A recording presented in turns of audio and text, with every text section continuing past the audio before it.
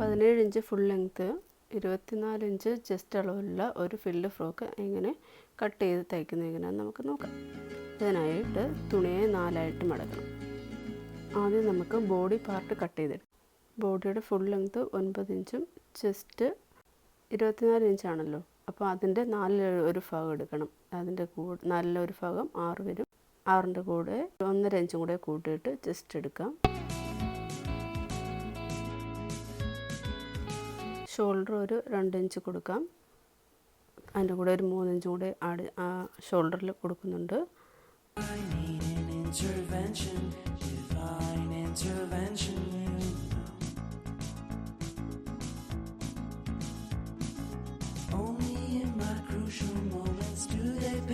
Hand circulation ഒരു 4.5 inch mark ചെയ്യാം. അതിനുശേഷം സ്കെയിൽ ഉപയോഗിച്ചിട്ട് നമുക്ക് അളവുകൾ ഒന്ന് വരച്ചെടുക്കാം.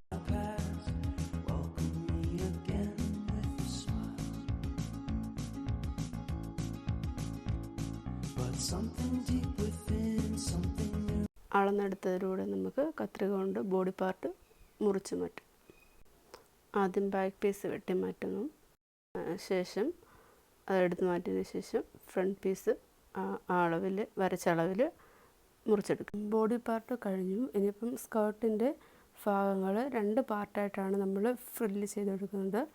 ആദ്യത്തെ ഭാഗത്തെ അളവെടുക്കുന്നത്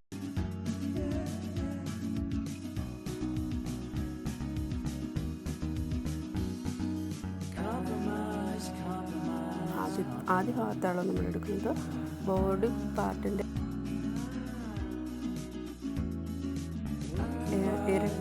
ഇരട്ടിയായിട്ടാണ് അതിൻ്റെ വീതി എടുക്കുന്നത്.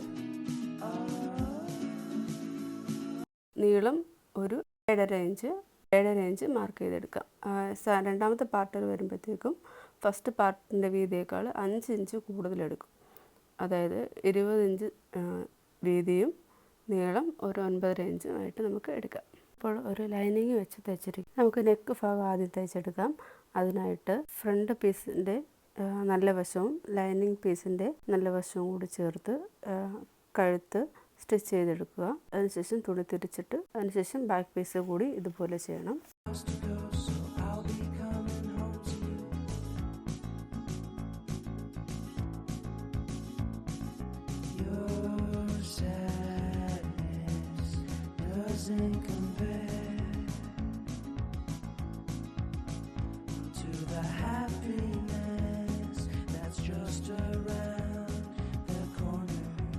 അതിനുശേഷം ഷോൾഡർ ജോയിൻ ചെയ്യണം.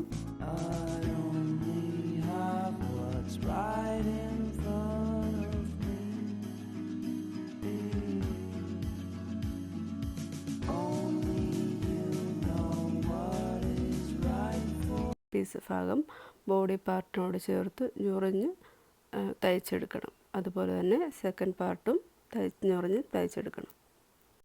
അങ്ങനെ നമ്മുടെ ഫിൽഡ് ഫ്രോക്ക് സ്റ്റിച്ച് ചെയ്ത് എടുത്തിട്ടുണ്ട്.